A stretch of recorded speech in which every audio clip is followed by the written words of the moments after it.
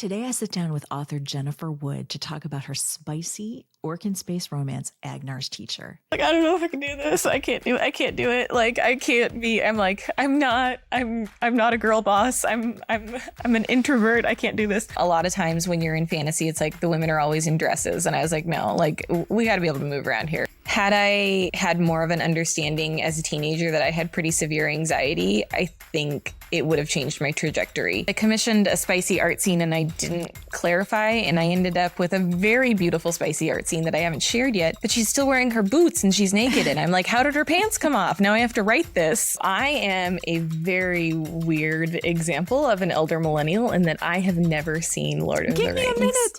I've never read it.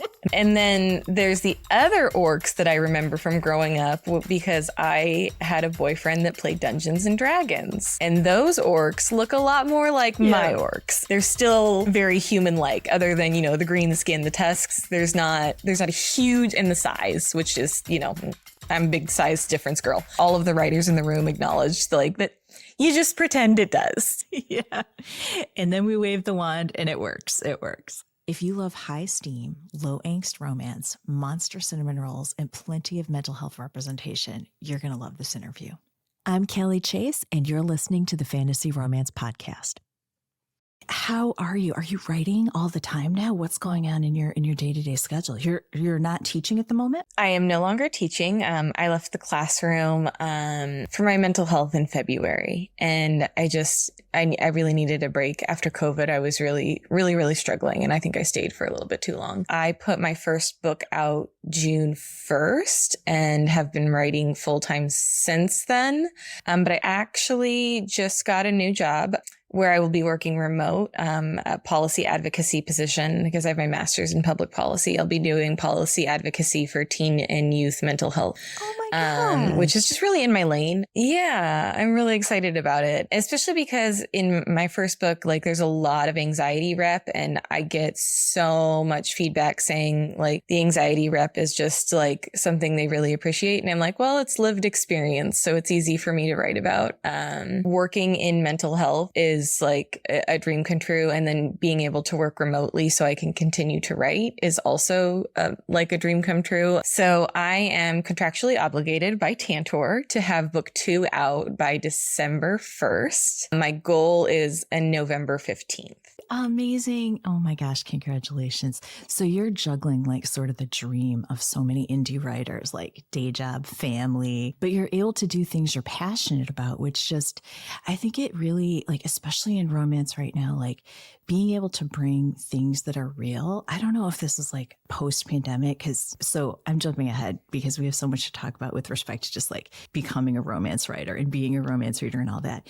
But don't you feel like post-pandemic, like authors are so much more connected to what readers actually want? And that includes some of the tougher topics. Like, how did you consciously make that decision? Well, so I'm a post-pandemic reader. I had not read for pleasure in almost 18 years. I have 4 degrees. And I just finished my last graduate degree during pandemic. And I had not read a book for fun. So I think it was 2 Christmases ago, I'm going to be honest, I picked up Midnight Library. And I read it and I was like, I could read books. Also, becoming a mother, I just didn't feel like I had the time to like read. And in like middle school and high school, I was a voracious reader. And then like adult life happened and I never got to read again. And so I was like, I set myself a goal of reading 12 books that year. I think it was by like January 15th, I was on book 13. It was probably about March that I was like, I need a place to find more recommendations. Like I need more, I'm like devouring books. And I went like the standard trajectory of like Sarah J. Maas. And then like I went Jennifer Armentrout. And then I was like, I need more. And that's when I found the book community. And I was like, I am an elder millennial. I have no idea what book talk is. We're going to give it a go. Like, let's figure this out. I need more books. And that's when I discovered Ice Planet Barbarians, which is, you know, the gateway drug for so many of us monster authors. And so by the end of that year, not only had I read 150 books, I had started ARC reading, which I had no idea. The first time someone approached me for an ARC, I was like, what does that mean? And then Carlotta Hughes, who is now one of my best friends, approached me about beta reading. And I was like, don't know what that is either. And so then I started slowly like working into editing, and I edited a couple charity anthologies, and I was like, you know what? I don't want to be editing. I want to be writing. I could do this. I'm very like self-effacing and humble, but I know that I've always been a good writer academically, but I never thought I could write fiction. Like I was just like, you can't do that. Like it's too hard. And it was really Carlotta that was like, just try, just start typing. And she got me to do NaNoWriMo with her. And I put out my first book June 1st. Oh my gosh. So first of all, in romance, we love our acronyms. So you smash your TBR in like 2 weeks instead of 1 year. Then you go into ARC and beta reading and you just smashed it. How did you make that transition from, because I think a lot of people have that same sort of stigma, like, whoa, reading is something I did in school. It was really intense. I need a break. And then reading for pleasure is just something that's so hard to fit into your schedule. So how did you go from Midnight Library to romance? What really got you? Like, what was your gateway? Okay, so Midnight Library to Sarah J. Maas. And then Sarah J. Maas, Court of Silver Flames was the first book I read as an adult that had spice in it. And it kind of unlocked this like core memory of mine of me reading cowboy romance as a middle schooler that was totally inappropriate for me. And I was like, I used to know that books like this existed. And I totally forgot.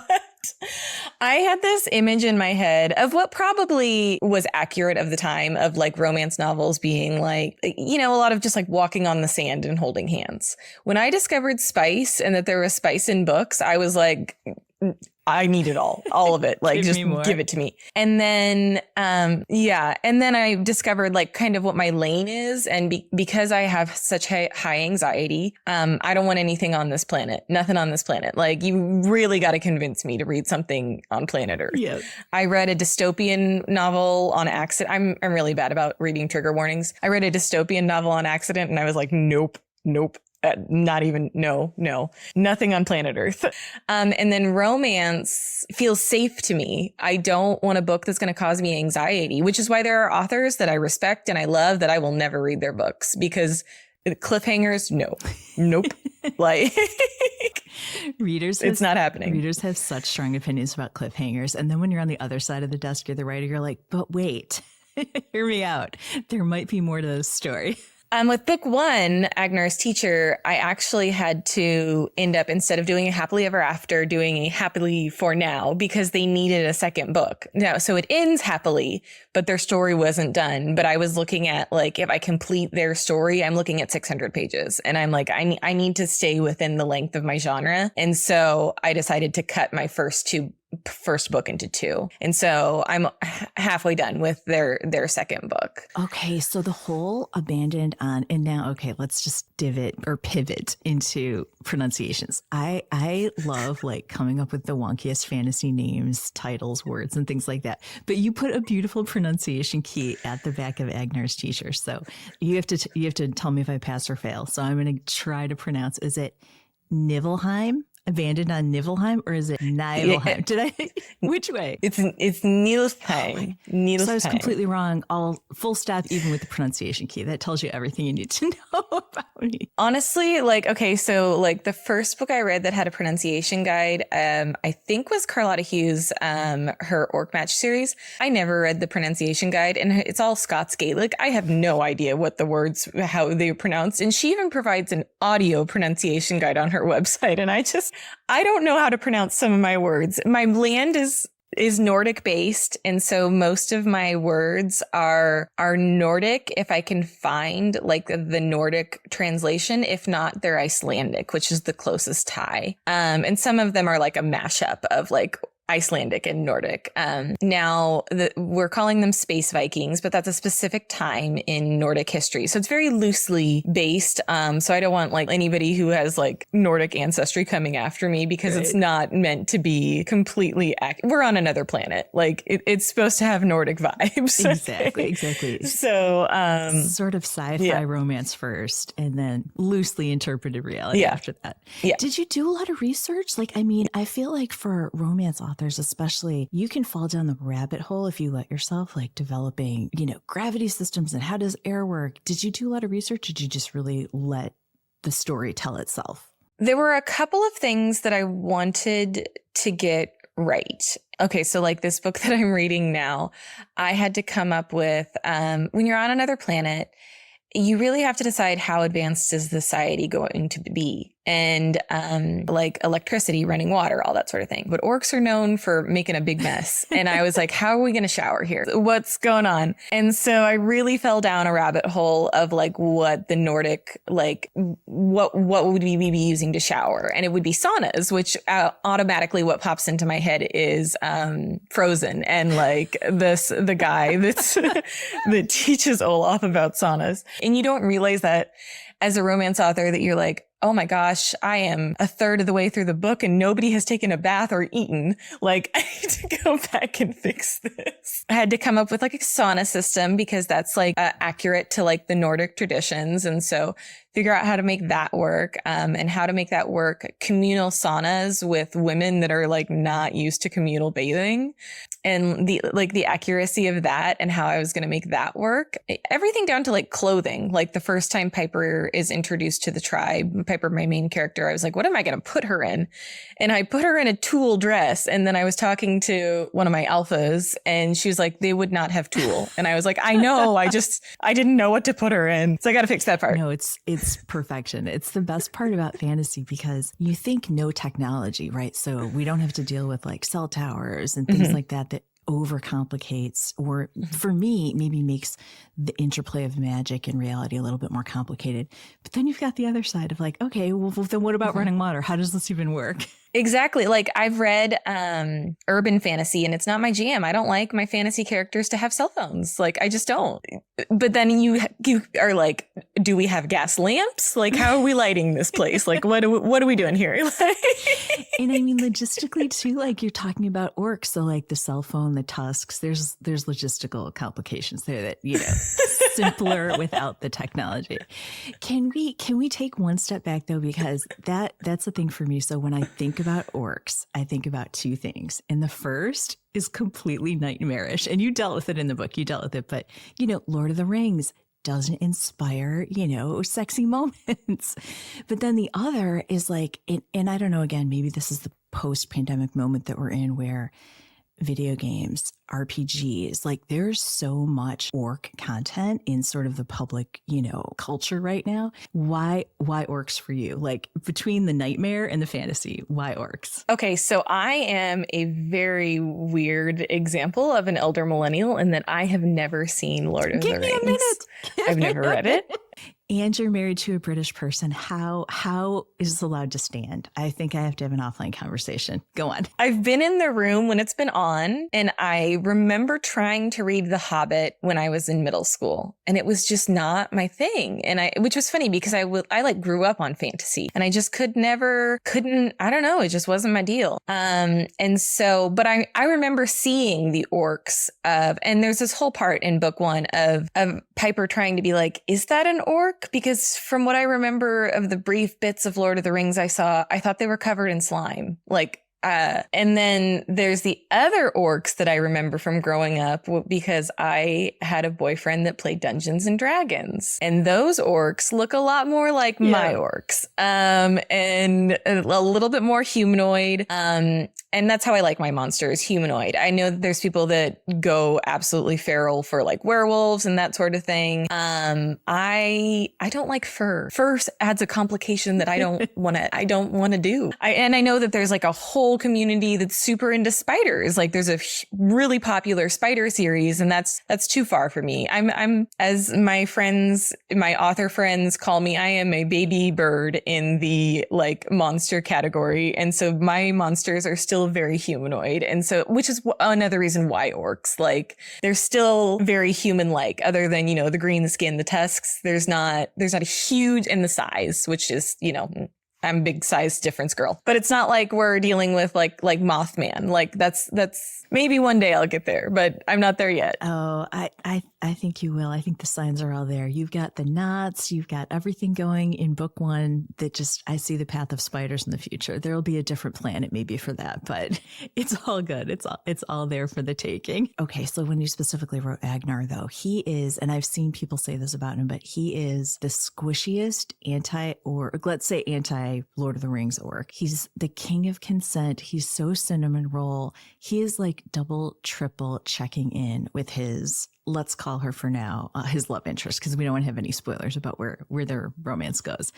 So did you draw on any particular sort of inspiration for him? Like you absolutely knew you wanted him to be this way because Piper is thrust into this very stressful, you know, difficult situation when she wakes up on this planet. Like, how did you decide he is going to be this guy? This is perfect for her. So I think it comes from, well, I know that it comes from a lot of personal experience of not having that offered to me. And I think that's one of the reasons that women love romance, and specifically monster romance, is like the monster you see is the physical. And then underneath, a lot of the times these monsters are cinnamon rolls. Like, and so like the consent and the checking in and the like, is this something you're interested in, is all something unexpected from a 7-foot tall green orc.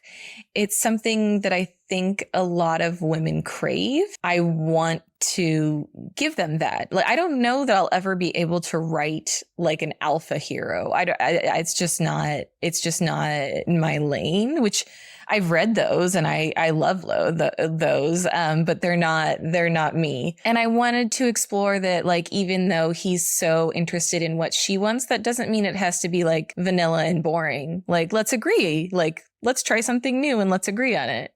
Absolutely. Like I think you know this. We've talked about this before probably, but I'm the daughter of a career romance author. So I grew up with every flavor of bodice ripper like around me. 9, 10 years old, I was reading the spicy stuff. And maybe that's too early for some people, but I think it's pretty common in romance that we discover this stuff at a certain point in our life or a certain age.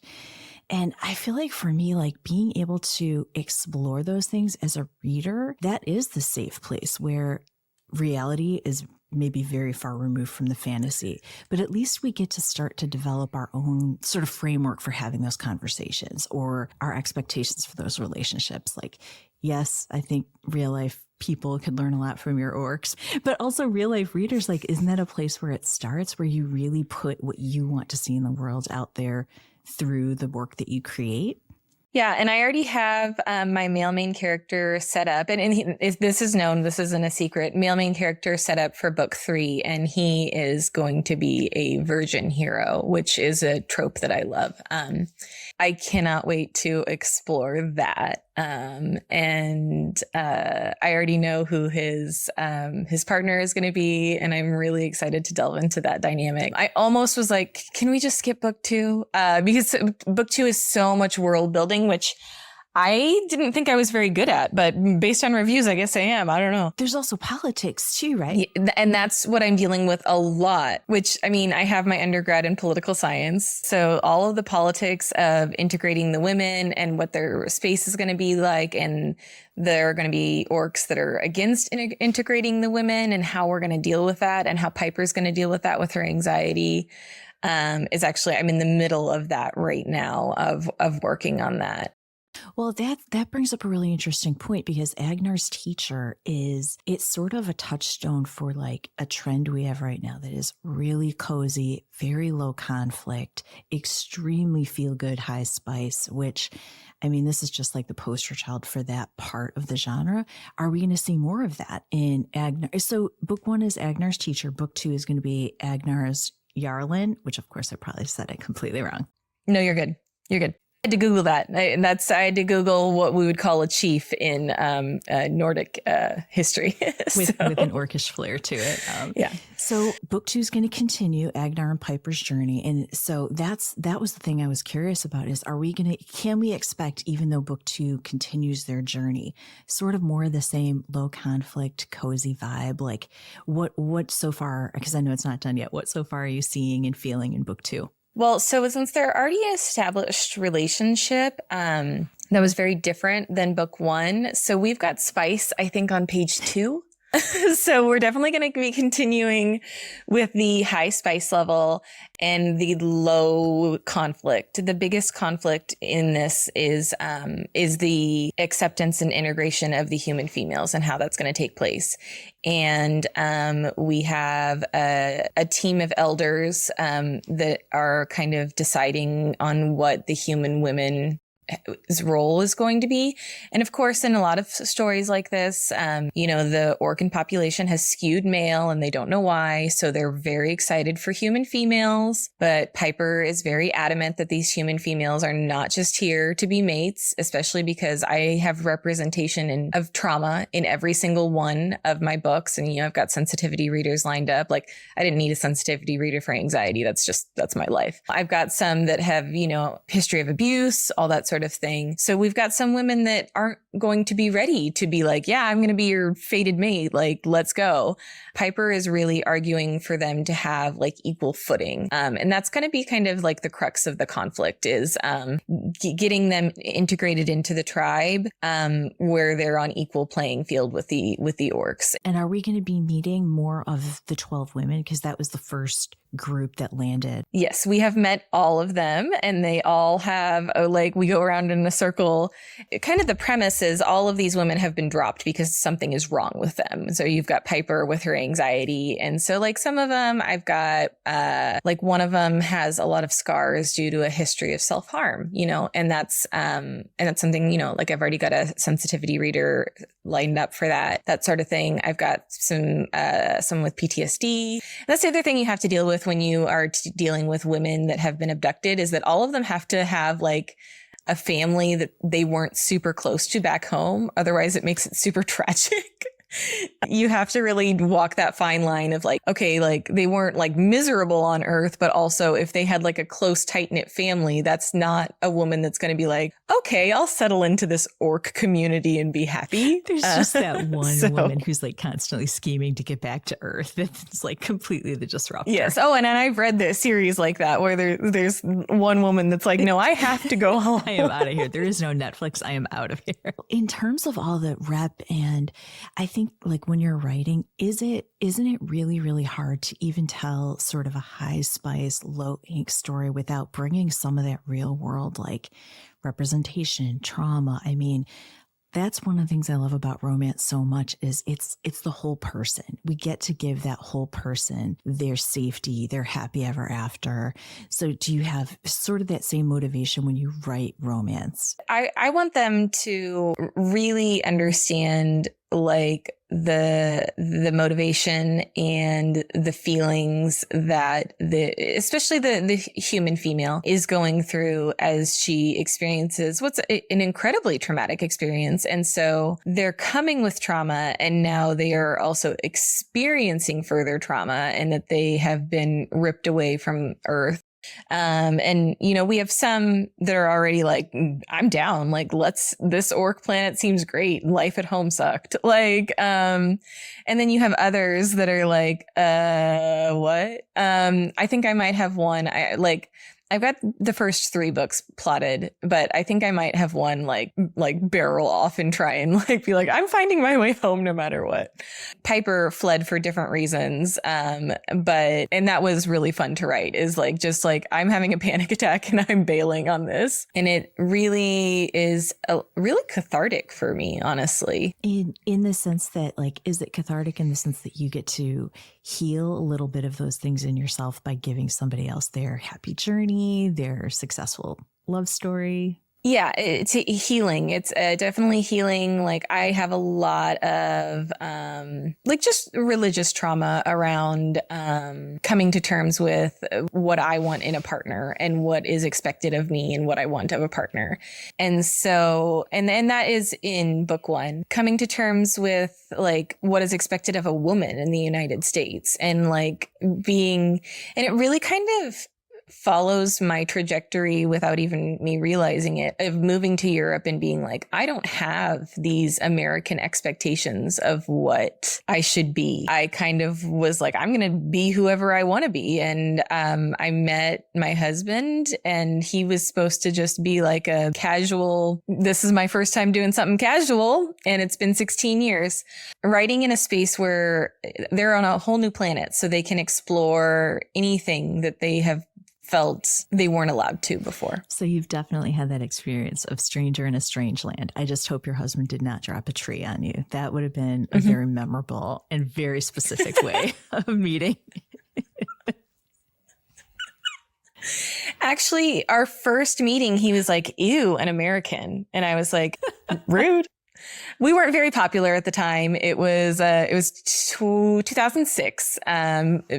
W was president at the time. Americans were not popular on the international stage. When I was there for the first time, I definitely let a lot of people think I was Canadian.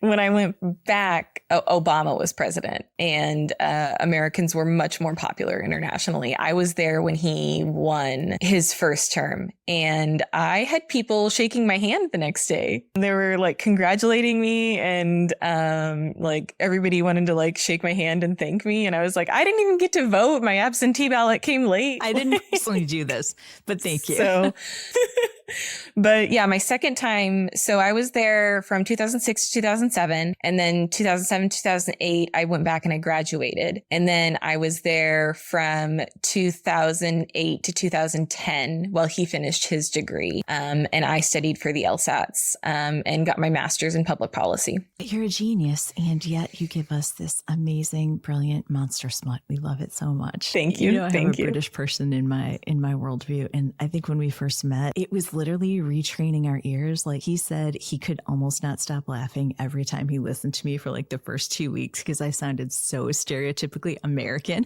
Plus, I'm from the Midwest, so I probably have a little bit of an accent. But there were words where I'm like, we're both speaking English. Could you just, what? Can you say it again? Like there is an absolute language barrier for sure. Oh, for sure. When I was there, like in the beginning, pants mean underwear, which you don't think is a big deal, but it's a big deal. Like situation specific. Yes, it can.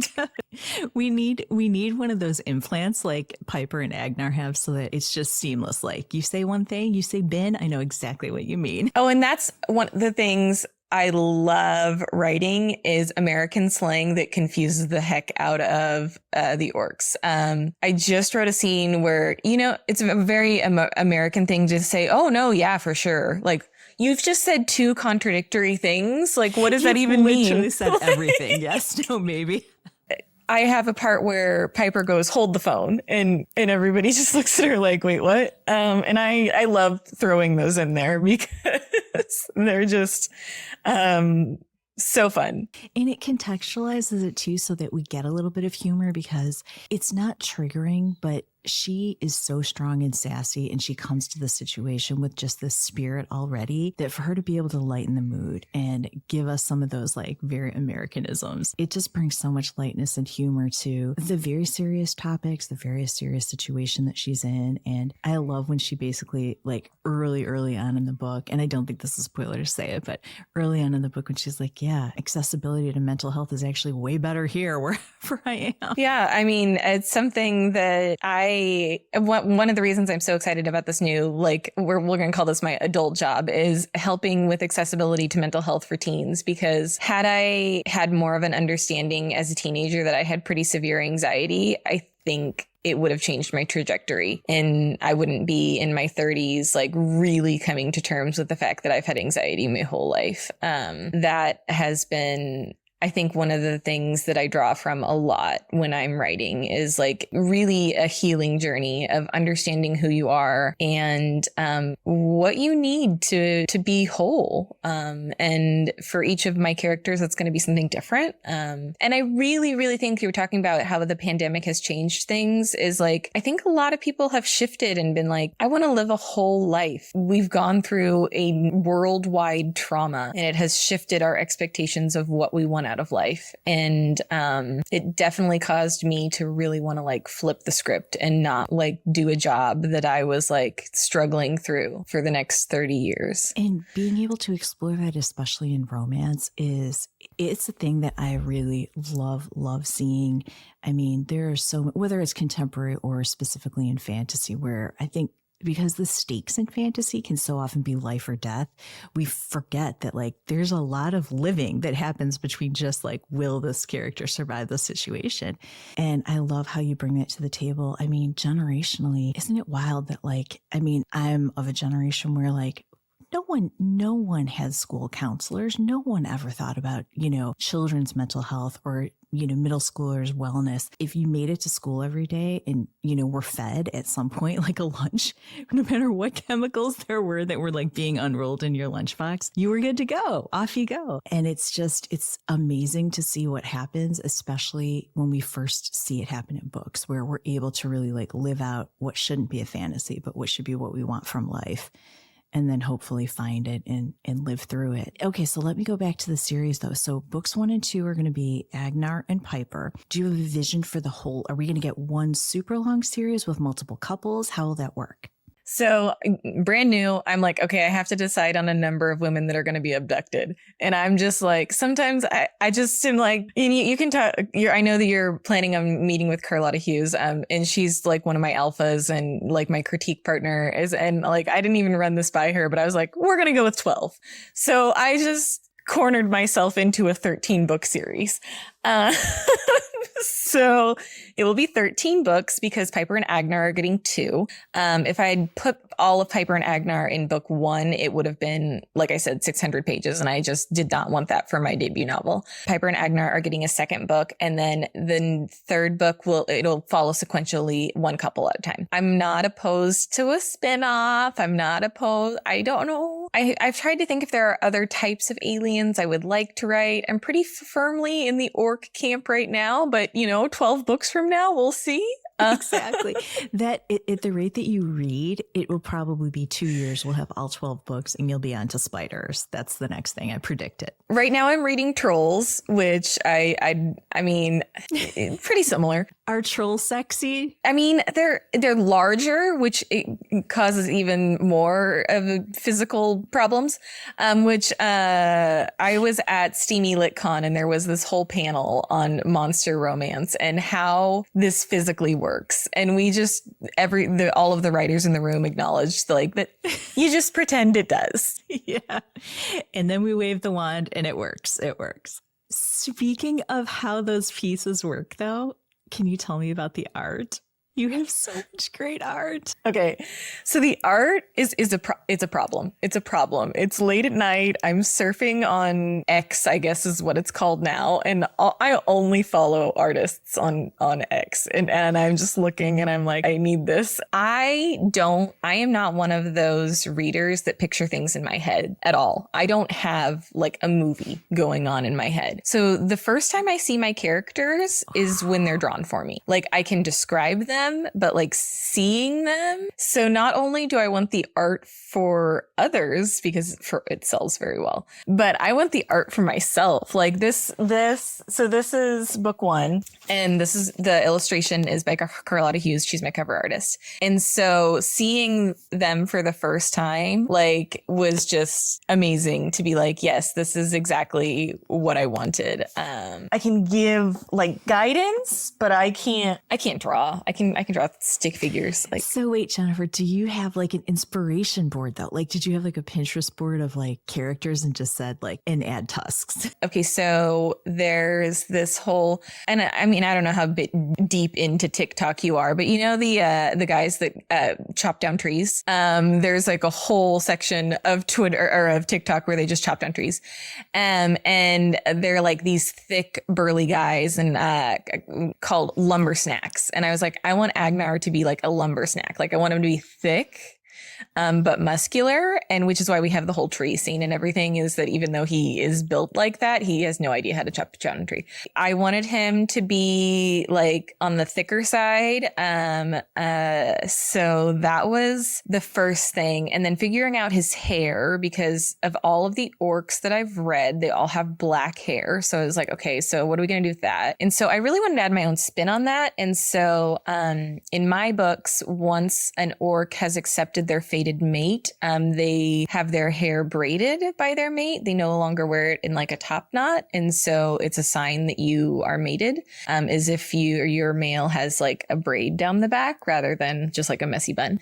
And that's something that I added in. And then knots was something that was new to me, knotting. And so I know when you write a monster, their like physical offerings are like, you got to have something special there. So that was a long conversation with two of my other author friends of like, what do we want this to look like? Anatomy lessons for orcs. Yeah. Cause you got to have something special. Otherwise, what's the point? So that was really fun too. And then I was like other things like right down to the like, color of the eyes. In my first book, the first orc you meet is an orc child. And so that was really, really fun to write, is like her first interaction. And this came from a place of being a mother of small children, is she wakes up and she's eye to eye, which is terrifying as a mother, even if it's your own child. If you wake up, you're eye to eye with someone like right in your face, and she's eye to eye with this orc child. And she's like, what the heck is going on? So color of the eyes, color of the fingernails. Yeah, but that moment was so sweet though, because it puts her at ease immediately because she goes into teacher mode, right? Yeah. Teacher. And, you know, like I'm not writing her as a mother, but as a mom, like you're like, oh, I've got to comfort this small child. I don't care that they're green, like they're freaking out and I'm the adult in the room. It's so amazing to me though that you wrote this entire universe without even having like a clear vision of what either of the characters look like. I think it's interesting to see how people's process is different. Like I can't hear a character's voice unless I can picture them and see like, okay, I can imagine them saying this or moving through the space. And even like you said with the clothes, when you're trying to develop like what are we wearing on this Orcan planet? Are we wearing tunics? Are we wearing, because we don't have modern technology, so no tennis shoes, no work boots. That's the other thing, is I wanted to write a world where it was acceptable for women to wear pants, which, you know, a lot of times when you're in fantasy, it's like the women are always in dresses. And I was like, no, like we got to be able to move around here. Like, which is funny because I commissioned a spicy art scene and I didn't clarify, and I ended up with a very beautiful spicy art scene that I haven't shared yet, but she's still wearing her boots and she's naked, and I'm like, how did her pants come off? Now I have to write this.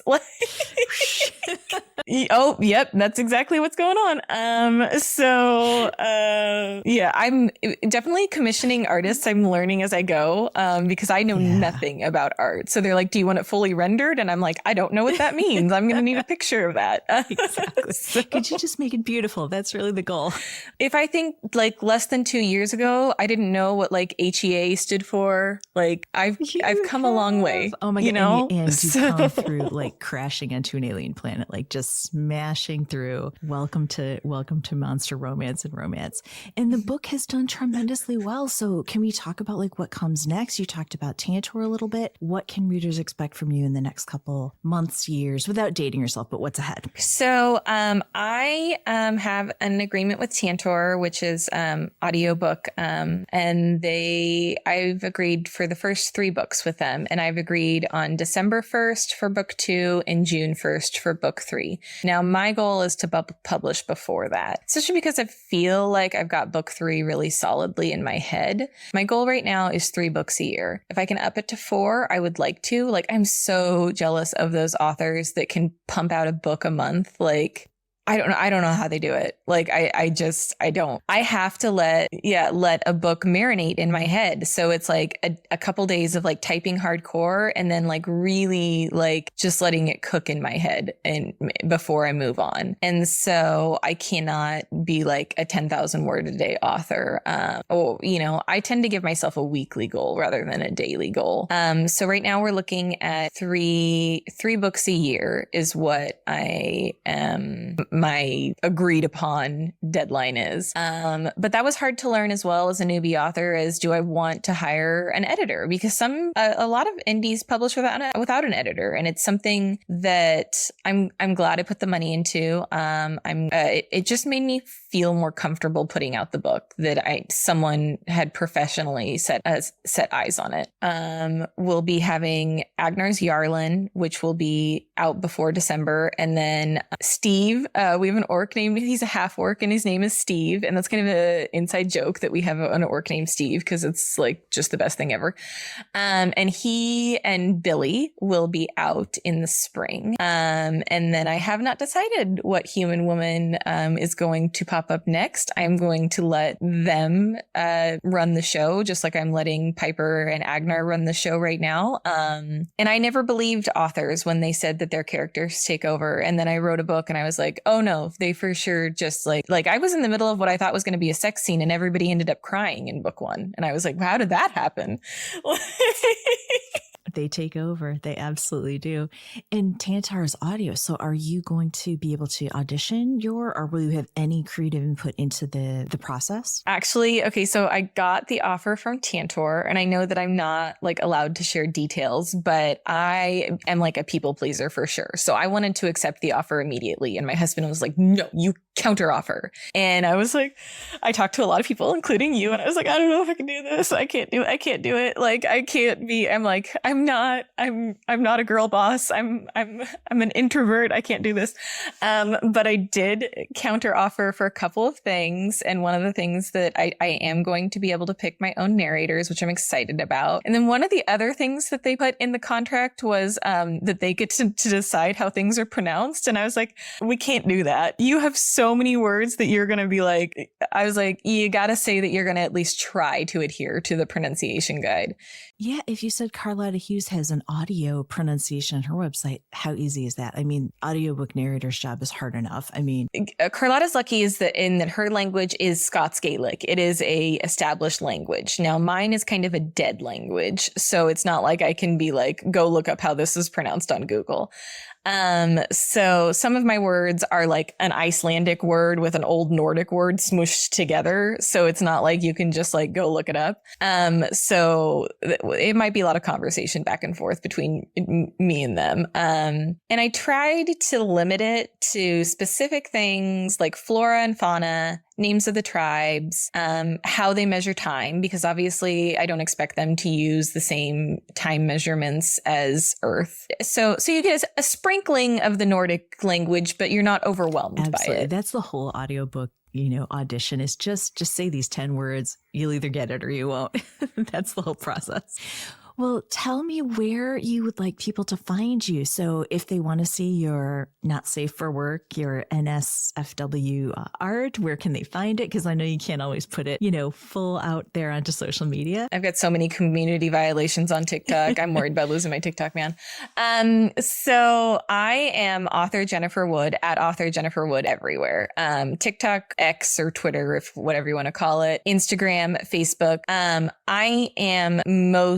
I'm on Instagram the most. I find it to be the most accessible platform, the most consistent platform. Some of the other platforms can be finicky. Facebook overwhelms me completely. And then TikTok, like you post something that's not quite right. And then like you're in the dungeon for like weeks. So Instagram is where I started as a reviewer, which is funny because I put a blue hair filter on day one. And that has stuck. Everyone thinks I actually have blue hair. So if you go and follow me on Instagram or TikTok, I don't have blue hair. It's just the filter that I started, and now it's what readers expect, is that I have blue hair. When I went to Steamy LitCon, it was like, no, I don't actually have blue hair. I thought about doing it. I did. It's on the merch where you can see most of the spicy artwork. I have not put up any of the spicy artwork. Actually, I put up the first spicy scene for book 2 yesterday on Instagram.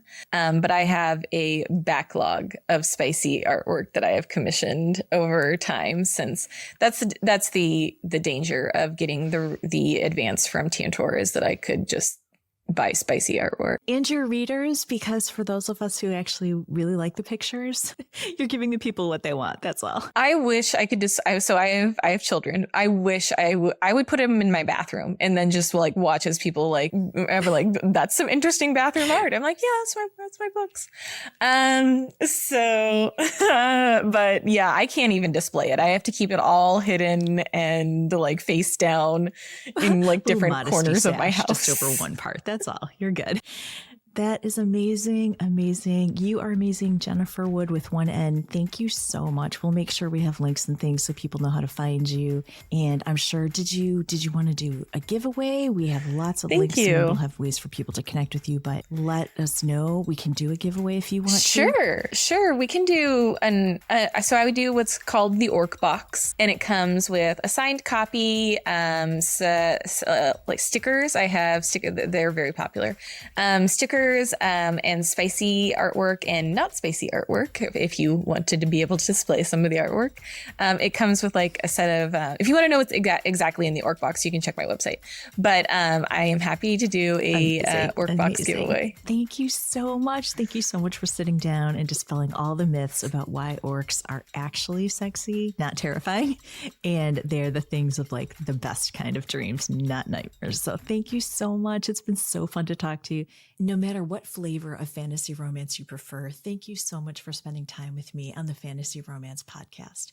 If you'd like to check out the books written by my fantastic guests, or even my own titles, click the links in the episode notes. I'm Callie Chase, and thank you so much for listening.